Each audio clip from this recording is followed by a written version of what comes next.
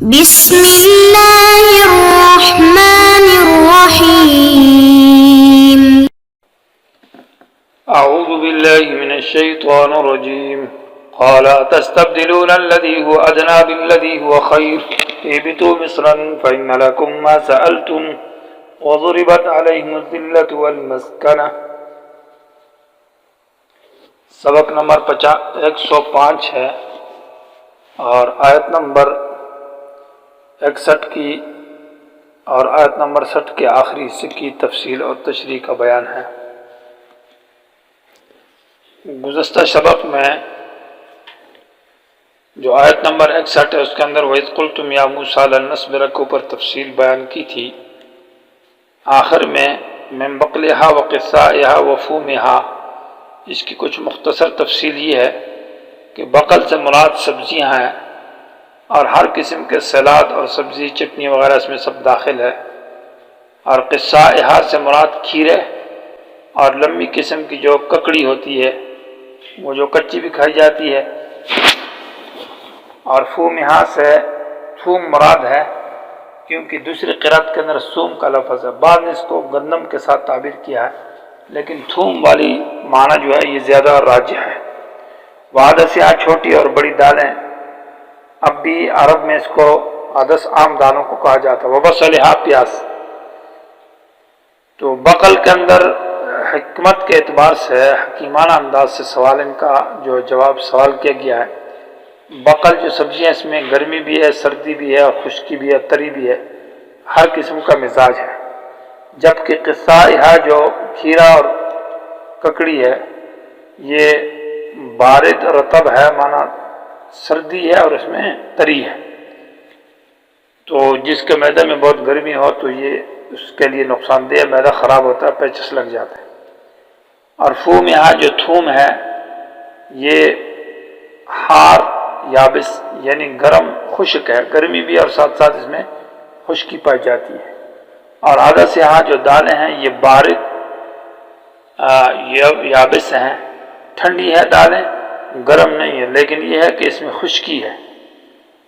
خشکی زیادہ ہوتی ہے، لیکن ہے یہ ٹھنڈی ہے دالیں، ان کے مزاج میں برودت پائی جاتی ہے۔ اور بصلہا جو پیاز ہے یہ حار رطب گرم تر ہے، گرمی بھی ہے اور اس میں مزاج میں تری بھی ہے، تو اس میں یہ تخصیص بعد تعمیم ہے۔ بقلہا میں تو سب آ گئے، پھر اس کے بعد خصوصی طور پر 4 کا تذکرہ کیا کہ ان کا ہونا ضروری ہے، ککڑی کھیرا ہو اور تھوم ہو اور دالیں ہو اور پیاز ہو، ان تمام سبزیوں میں یہ اہم ترین سبزی انہوں نے ذکر کی ہے، گویا کہ وہ ایک قسم کے حکیم بھی تھے اور انہوں نے حکیمانہ سوال کیا ہے۔ ہماری شریعت میں بصل جو پیاز ہے اس کا کچا استعمال کرنا حرام تو نہیں ہے، لیکن یہ ہے کہ مسجد کے وقت جاتے وقت یا نماز میں یا مجمع میں یا درس و تدریس میں اس کا استعمال درست نہیں ہے، اور پکا ہو تو پھر اس کا استعمال تو درست ہے۔ البتہ نبی علیہ السلام نے اس کو استعمال نہیں فرمایا پیاز کو، اس کی وجہ یہی ہے فرشتوں کو اس سے بدبو آتی ہے۔ قال حضرت موسیٰ علیہ السلام نے کہا تستبدلون، کیا تم پسند کرتے ہو، بدلے میں چاہتے ہو، الذی اس خوراک کو ہوا ادنا جو کہ گھٹیا ہے، بالذی ہوا خیر اس خوراک کے بدلے میں جو کہ بہتر ہے۔ گویا کہ یہ حمزہ توبیخ کے لیے، ہار کے لیے ہے، شرم دلایا گیا ہے کہ تم نے اعلیٰ قسم کی خوراک جو کہ من اور سلوہ ہے اس کو چھوڑ کر گھٹیا خوراک جو کہ ذمہ داری اور محنت اور کسب سے حاصل ہے اس کے پیچھے پڑ گئے۔ استبدال کہتے ہیں ایک چیز کو دوسری چیز کے بارے میں تبدیل کرنا، تو اور مضارع ہے، مانا ہمیشہ تمہاری عادت ہے کہ گھٹی چیز کو تم پسند کرتے ہو۔ ادنا یہ مشتق دناعت سے، دناعت مانا گھٹیا، خسیس رذیل چیز کو کہتے ہیں۔ بعض نے کہا دنوبن سے مشتق ہے بمانا قریب، لیکن پہلا قول راجی ہے کہ گھٹیا اور خسیس چیز مراد ہے، یہاں مراد جو ہے نا وہ ذمہ داری کی جو خوراکیں ہیں وہ ہے۔ بالذی اس خوراک کے بدلے میں ہوا خیر جو بہتر ہے، وہ من و سلوہ ہے، اس کو بہتر کہا ہے، تو من و سلوہ ان چیزوں سے وہ کئی وجوہات کی بنا پر بہتر ہے۔ پہلی وجہ یہ ہے کہ وہ اللہ کی عطا کردہ خوراک ہے اور اللہ کی طرف سے مہمان نوازی ہے، مہمانی ہے، وہ اس وجہ سے بہتر ہے۔ دوسرا یہ کہ اس میں محنت اور تکلیف نہیں، بغیر مشقت اور محنت کے حاصل ہوتی ہے، جبکہ یہ ذمہ داری والی چیز اس میں کسب ہے، محنت ہے، مشقت ہے، اس وجہ سے وہ بہتر ہے۔ تیسرا یہ ہے کہ اس کے اندر جو ہے فائدہ کے اعتبار سے وہ مفید ہے، اعلیٰ قسم کی خوراک ہے۔ من اور سلوہ جو ہے نا وہ بٹیر ہے، تتر ہے، اور جو حلوہ ہے وہ طاقتور خوراک ہے، اور اسی وجہ سے بھی وہ بہتر ہے کہ وہ بازار میں ان کی قیمت بھی ان سبزیوں سے گوشت کی قیمت مہنگی ہے اور وہ بہتر چیز ہے، اور یہ ہے کہ اس میں اللہ کی رضا ہے اور اس وجہ سے وہ بہتر ہے۔ تو اس بہت سارے وجوہات کی وجہ سے۔ دوسری یہ ہے کہ وہ طیبات، اس کو کہا کہ وہ پاک خوراک ہے، کیونکہ اس میں کسی قسم کا شبہ حرمت کا یا حرام ہونے کا کوئی شبہ بھی نہیں اور حرام چیز بھی نہیں، وہ بالکل اللہ کی طرف سے مفت میں عطا کردہ خوراک ہے۔ جبکہ ذمہ داری سے جو محنت کے ساتھ کسب میں سبزیاں اور غلہ جات حاصل کیے جاتے ہیں، حرام نہ ہو تو شبہات اس کے اندر تو بہت ہی زیادہ ہے۔ ہو سکتا ہے کسی کی زمین دبائی ہو سکتا ہے کہ کسی دوسرے کی زمین میں غصب کے ساتھ کر کے، یا بیل کسی سے بغیر اجازت کے استعمال کیے ہوں، یا یہ ہے کہ اس میں کسب اور محنت اتنا زیادہ کرتا ہے کہ دینداری کی طرف توجہ نہیں ہوتی اور دنیا کے پیچھے پڑا رہتا ہے، اور یہ ہے کہ حرام چیزیں استعمال کی جائے، بیج اور تخم اس میں اس طرح غیر مناسب ڈالا جائے، تو اس میں شبہات ہے، کسب میں، محنت میں، مزدوری میں بہت ساری خرابیاں اس میں آ سکتی ہے۔ اس لیے مال و سلوہ جو ہے وہ خیر بہتر ہے۔ یہ بھی تو یہاں پر اس سے پہلے عبارت محذوف ہوگی، انہوں نے گویا کہ موسیٰ علیہ السلام نے جب یہ زجر کہا کہ تم ہو سکتا ہے کہ یہ باز آ جائے، توبہ کر جائے، اس لیے مال و سلوہ کی بہتری کو بیان کیا اور ان دنیاوی کام کی رذالت اور گھٹیا پن کو بیان کیا، لیکن انہوں نے کہا جی حضرت ہماری طبیعت ابھی ان چیزوں کی طرف بہت شوق کرتی ہے اور بس ہمیں ضرور چاہیے، تو اس وقت ان پر مال و سلوہ بند کر دیا گیا اور فذهبوا یہاں سے چلے گیا۔ اللہ نے ان کو حکم دیا کہ اے بھی تو اتر جاؤ، مانا دفع ہو جاؤ، یہ بطور زجر کا کام، مصرن کسی شہر کی طرف، من الامصار شہروں میں سے کوئی شہر بھی ہو چلے جاؤ، جو کہ اریحا یا بیت المقدس تھا۔ فَإِنَّ لَكُمْ بے شک تمہارے لیے ماں وہ ہوگا سألتم جو تم جس کی طرف تم محتاج ہو یا تم مانگتے ہو۔ شہر کی تعریف یہ ہے کہ جو ضروریات زندگی کے سامان میسر ہوں، جو قرآن نے تفسیر کی ہے کہ شہر اس کو کہتا ہے اِنَّ لَكُمْ مَا سَأَلْتُمْ، کہ جس میں تمام ضروریات پوری ہوتی ہو انسان کی، ہر قسم کی دکانیں ہو، اس میں سامان، ہل چلانے کے سامان، بیل کے سامان، اس میں لوہار، ترکھان وغیرہ اور ہر قسم کے لوہے اور دوسری چیزیں، کپڑے اور سامان موجود ہوں، تو اس کو شہر کہا جاتا ہے۔ وَضُرِبَتْ عَلَيْهِمُ الذِّلَّةُ وَالْمَسْكَنَةُ، یہ گویا کہ اس سزا کا ذکر ہے جو نعمت کی ناقدری اور ناشکری کی تھی۔ ضربت کے صلے میں علا آ جائے تو یہ ٹھپا اور مہر لگانے کے معنی میں ہے، یعنی اس کے معنی میں چمٹ جانا ہے، جخت مل جانا جس کو کہتے ہیں، ایک چیز دوسری چیز کے ساتھ چمٹ جائے، اس سے وہ چھٹتی ہٹتی نہیں، الزام کا معنی ہے۔ معنی یہ ہے کہ یہ ذلت ان کے ساتھ چمٹ گئی اور مسکنت ان کے ساتھ چمٹ گئی اور ہمیشہ دنیا میں ذلیل اور خوار رہیں گے، رسوا رہیں گے۔ ذلت سے مراد الفقر والحرص، کہ ان کے جی کے اندر جو ہے وہ فقر، محتاجی اور تنگدستی اور کنجوسی جو ہے یہ نفسوں کے اندر پیدا ہو گئی،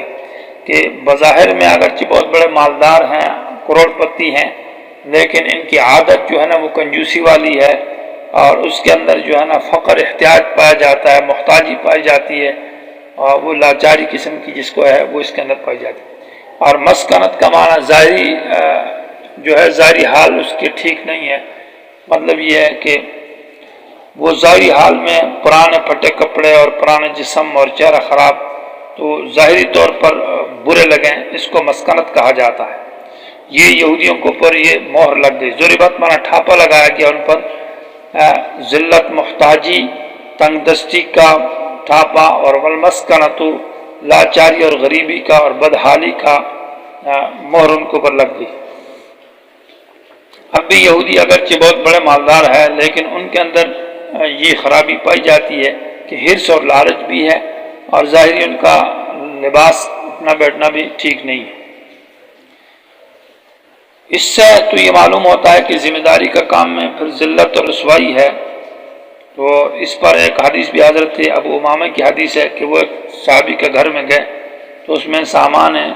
زراعت یعنی کھیتی باڑی کے سامان کو بیل بیلچے وغیرہ دیکھا، تو اس نے کہا کہ رسول اللہ صلی اللہ علیہ وسلم سے میں نے سنا کہ جس گھر میں یہ سامان ہو تو اس میں ذلت اور غریبی اور تنگ دستی اس گھر میں آ جاتی ہے۔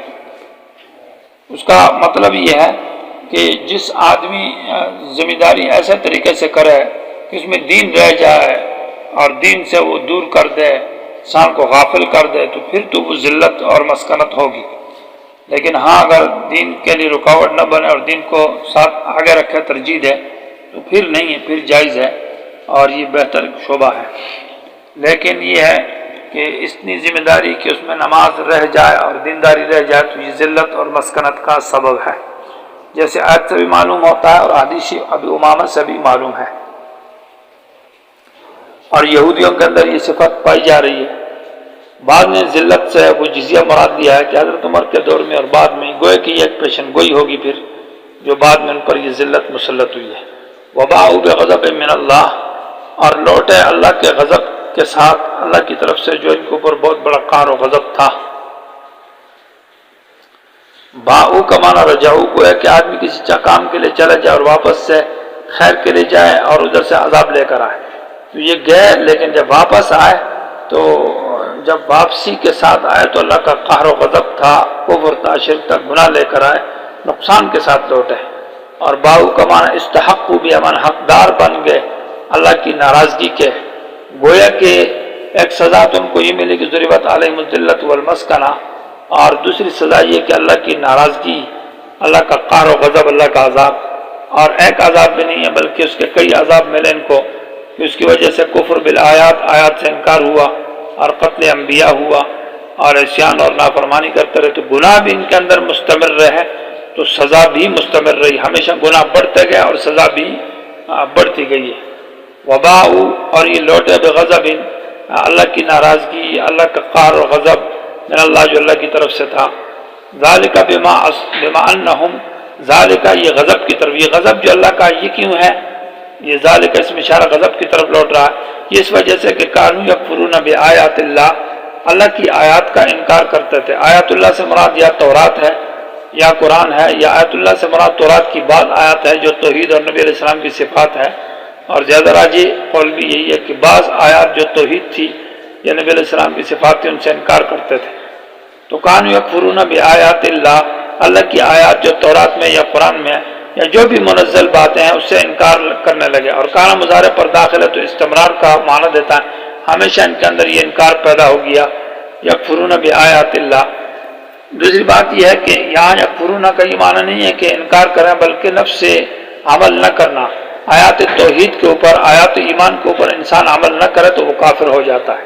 وَيَقْتُلُونَ النَّبِيِّينَ بِغَيْرِ الْحَقِّ، اور انبیاء کو قتل کرتے تھے بغیر جرم شرعی